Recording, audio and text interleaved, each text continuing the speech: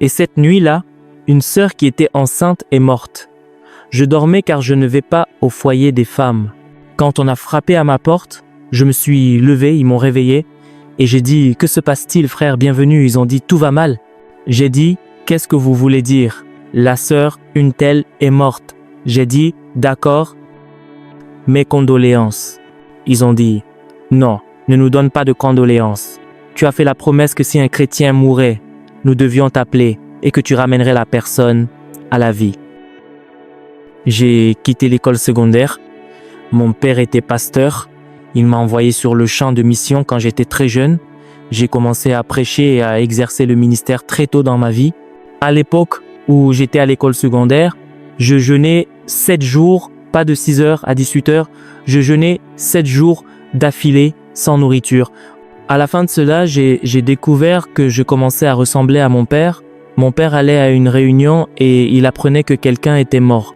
Il demandait à Dieu, « Alors, pourquoi as-tu tué cette personne ?»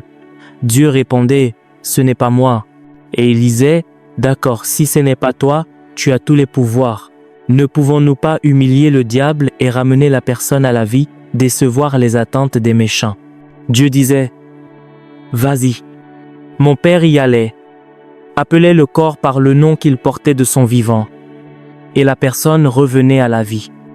Je me tenais à ses côtés quand il le faisait. Je me suis dit, d'accord, c'est ainsi qu'on doit être chrétien. Ainsi, en grandissant, quand je suis allé à l'université, j'ai annoncé la fraternité.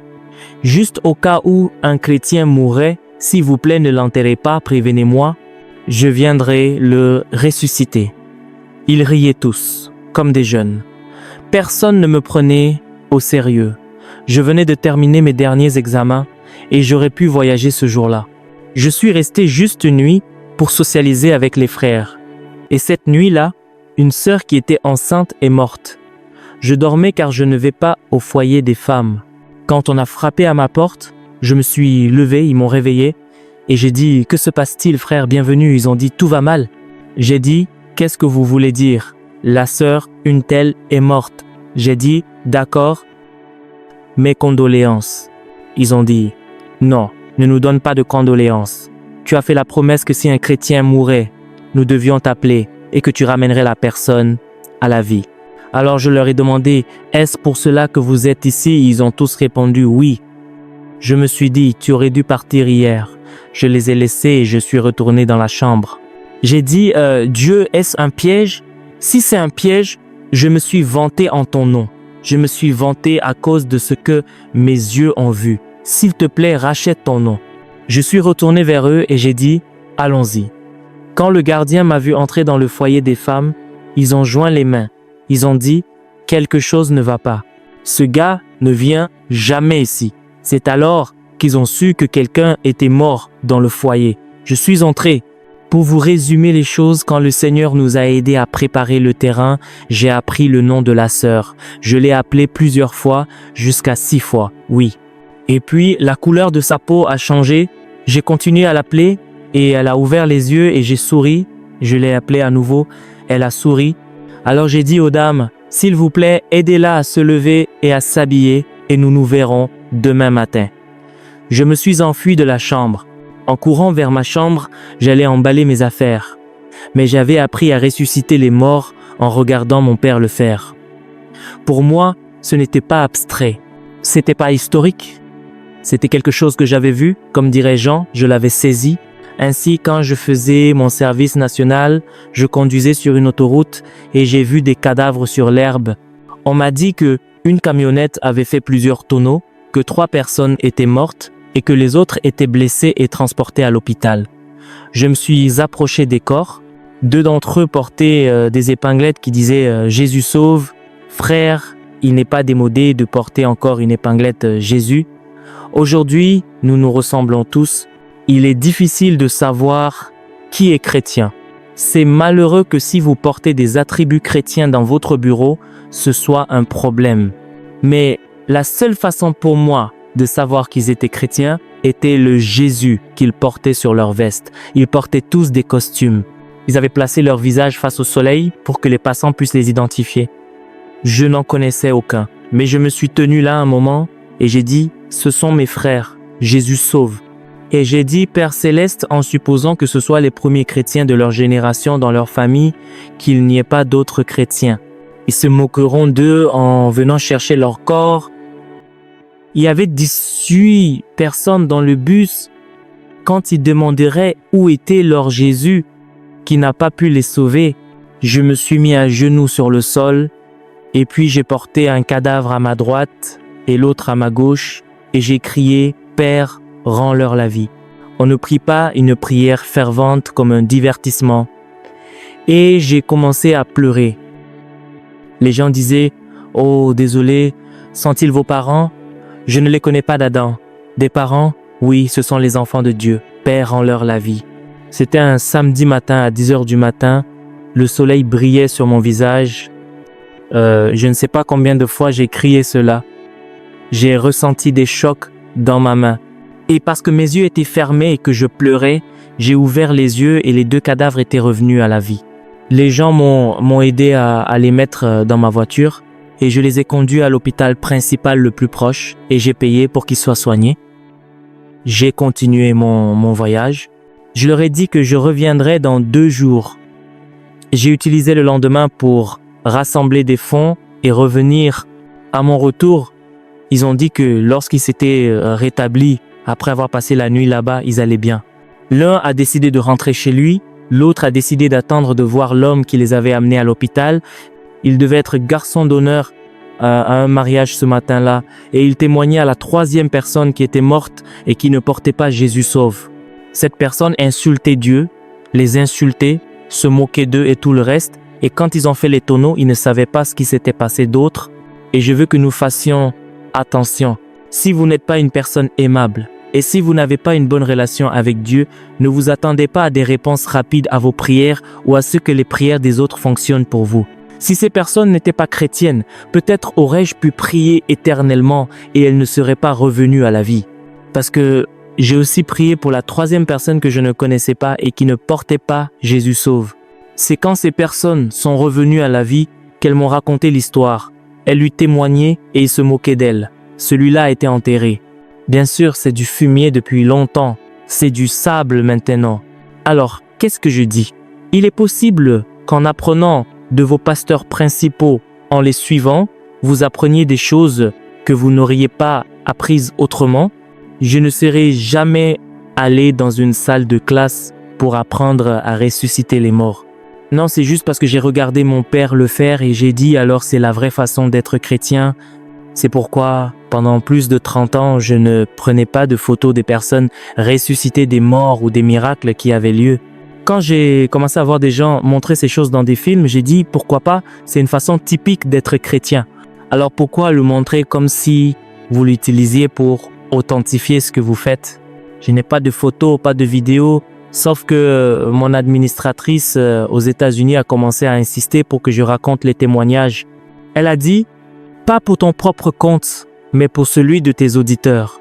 Cela a une façon de les inspirer à croire en Dieu pour de telles choses et de meilleures encore. » Quand nous allons à des réunions, elle dit aux gens « Poussez-le, poussez-le, sinon il ne dira rien. » Et je veux dire, restez proche de votre coach et vous serez une star.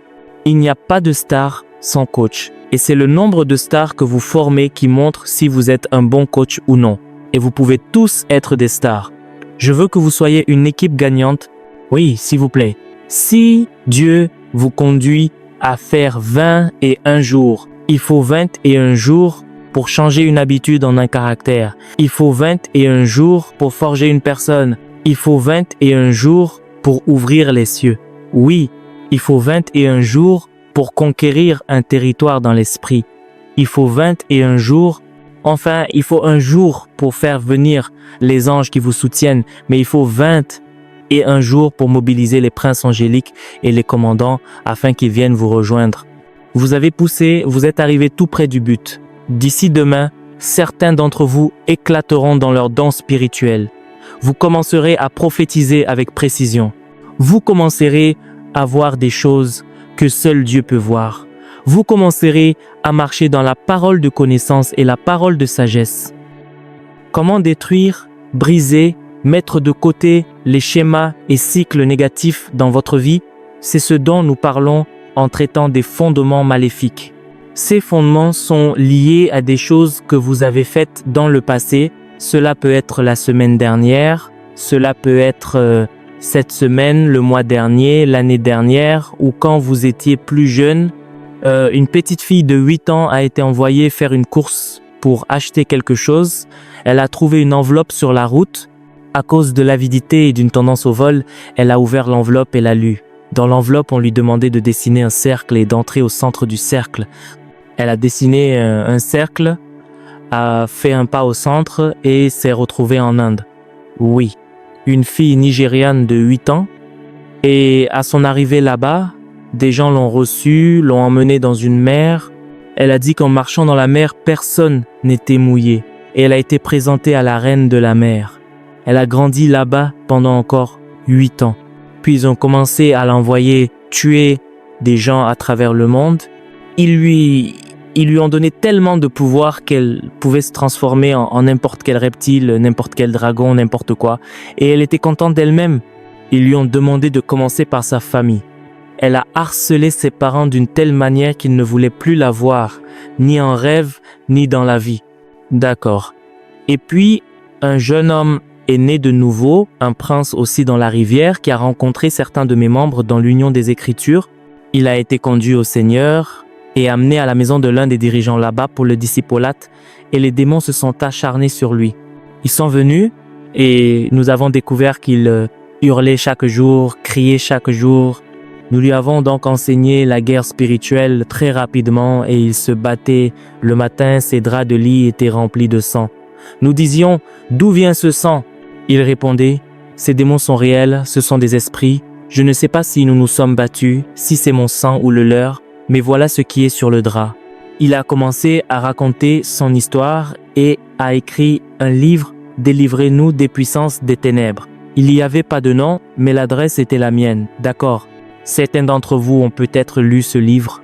Alors, ils ont envoyé cette fille d'Inde pour venir me tuer parce que je me mêlais des affaires d'un prince des ténèbres.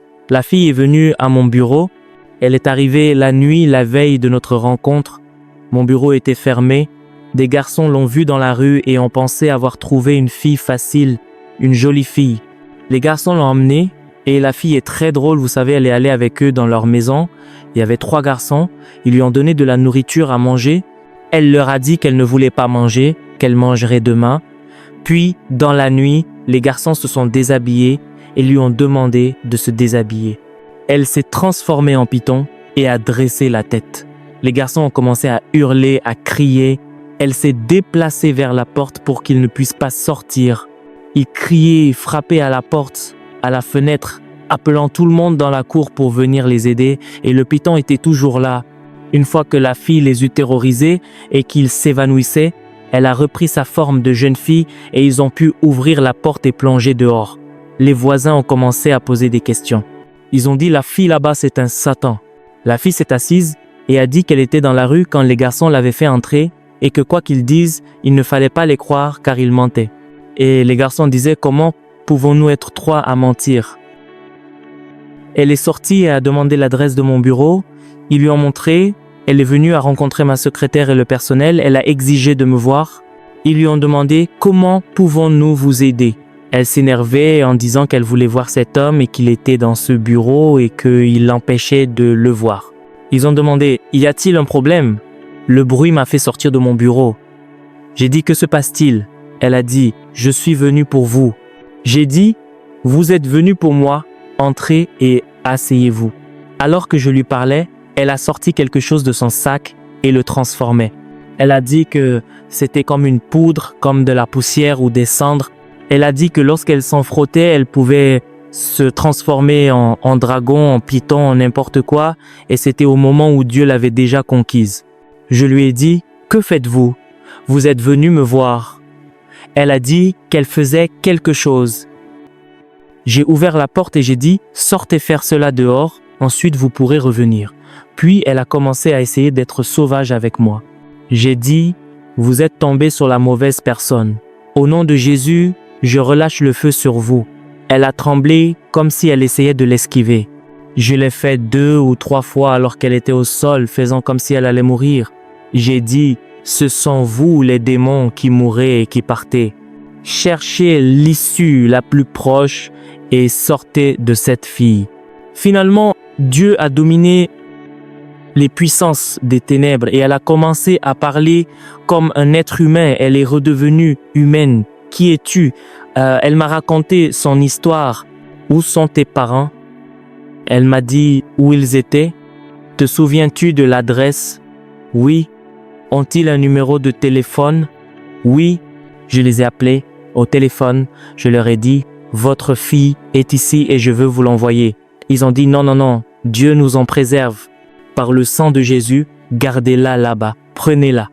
J'ai dit, papa, maman, c'est bon. Elle a été délivrée.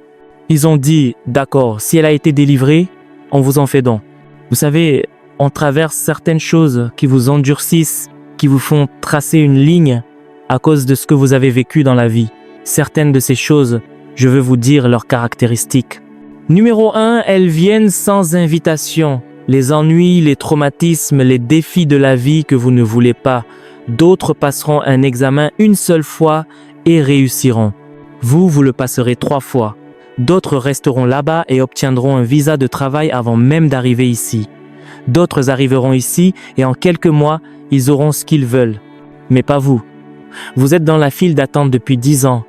On dirait qu'il y a un diable au ministère de l'Intérieur qui attend votre nom. Vous vous retrouvez avec des maladies qui ne peuvent pas être diagnostiquées à l'hôpital et certaines choses étranges vous arrivent.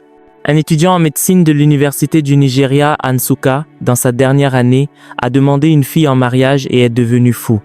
Il est resté 2 ans dehors avant de revenir et a pu obtenir son diplôme. Entre-temps, la fille s'est mariée ailleurs. Il est venu aux États-Unis, à New York, a commencé à travailler, puis il a mis de l'argent de côté, a demandé une fille en mariage et il est redevenu mentalement instable. Il est devenu fou. Des prières ont été dites par les frères et l'Église. Il a été délivré et la fille s'est enfuie loin de cet homme fou. Puis, après quelques années, il a encore économisé de l'argent et a demandé une autre fille en mariage. Cette fois, la folie était si forte que le gouvernement américain a voulu lui retirer sa licence.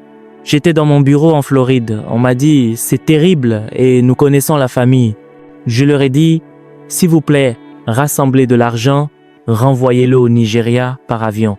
Allons découvrir ce qui se passe. Ensuite, il ira bien et pourra revenir. Car si le gouvernement américain retire sa licence, c'est fini. Nous l'avons renvoyé au Nigeria. Nous avons enquêté. Leurs ancêtres étaient des trafiquants d'esclaves. Une jeune fille avait été promise en mariage à un garçon. Ils ont kidnappé le garçon et l'ont vendu comme esclave. La fille a attendu éternellement et n'a jamais vu l'homme de sa vie. La famille est très ritualiste, très terrible. Ils ont dit que la famille qui avait tué ce garçon ou l'avait kidnappé pour le vendre comme esclave n'aurait jamais de fils qui se marierait. Tous leurs hommes ne se marieraient jamais. J'ai découvert qu'aucun homme de cette famille ne s'était jamais marié. Et celui-ci voulait sérieusement se marier et chaque fois qu'il essayait, il devenait fou. S'il allait à l'hôpital psychiatrique, il cherchait une raison scientifique à sa folie, mais ne pouvait pas le guérir. Aucun médicament ne pouvait le soigner jusqu'à ce que nous découvrions cela. Nous avons dû apporter la repentance devant le Seigneur. Nous avons dû traiter la malédiction, la briser, et le garçon a guéri. Il est maintenant de retour aux États-Unis. Je ne lui ai pas parlé récemment pour savoir s'il est maintenant marié. Mais le garçon n'était pas celui qui avait commis le crime. Il ne savait même pas pourquoi il devenait fou. Les hôpitaux ne pouvaient pas l'aider et une délivrance superficielle ne pouvait pas le sortir de là. Nous avons dû consacrer du temps pour enquêter sur son cas. Je donne juste un exemple. Une dame est venue pour la délivrance pour la 3e fois. Elle est mariée et n'a pas d'enfant depuis un moment. Mon pasteur associé a dit au Seigneur, « C'est étrange, tu réponds aux prières, que se passe-t-il » Le Seigneur lui a dit, « Touche son cordon ombilical dans tes prières. » Pour nous, hommes qui croyons en la sainteté et la justice, on ne touche pas le cordon ombilical d'une femme. L'homme a donc dû dire, « Puis-je toucher votre main ?» pendant que vous tenez votre cordon ombilical? Elle a dit oui. Dès qu'elle s'est levée et a tenu son cordon ombilical, l'homme a touché le dos de sa main, elle a basculé et est tombée sur les chaises. Dieu, qu'y a-t-il avec son cordon ombilical? Le Seigneur a dit qu'elle avait avorté 6 enfants avant de se marier et qu'aucun enfant ne voulait entrer dans cet endroit. Quand elle a repris ses esprits et s'est assise, la personne gérant la délivrance lui a dit « Voilà ce que le Seigneur a dit ». Elle a confirmé « Oui, ils ont dû apporter la repentance ». Ils ont dû utiliser le sang de Jésus pour faire expiation pour les cris du sang de ses bébés et demander à Dieu de lui pardonner. C'est ainsi qu'elle a commencé à avoir des enfants. Ainsi, quand nous disons « traiter les fondements maléfiques », c'est parfois ce que vos parents ont fait ou ce que votre famille a fait. Parfois, c'est ce que vous avez fait là où vous avez mis vos mains en tant que personne, comme une situation où vous volez dans votre bureau. Je prêchais sur ce sujet dans une église à Melbourne, aux États-Unis, et l'atmosphère est devenue brûlante. Le pasteur a dit « Alors je serai le premier que Dieu frappera ». Nous pensions qu'il plaisantait. Nous ne savions pas qu'il couchait avec 3 femmes de l'église. Et pendant que je priais encore pour eux, un homme a apporté 4 000 $ et me les a donnés. J'ai dit « Qu'est-ce que c'est ?» Il a dit « Je les ai volés dans mon bureau ». J'ai dit « Quel rapport avec moi ?» Le pasteur a refusé de les prendre. J'ai refusé de les prendre. L'homme voulait se suicider. Et c'était l'église la plus sanglante de cette région. Le pasteur principal qui avait fondé cette église est celui qui a écrit la biographie officielle de Kathryn Kuhlman. Quand le propriétaire du 700 Club a voulu se présenter à la présidence, c'est le pasteur principal de cette église qui s'est occupé du 700 Club. Beaucoup d'entre vous connaissent peut-être le magazine Charisma, le magazine à plus fort tirage en Amérique.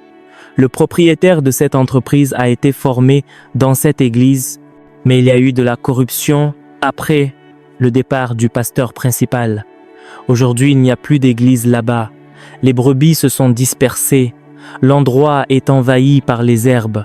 Il peut donc s'agir de quelque chose que vous avez causé vous-même ou de quelque chose qu'un de vos proches ou parents a fait.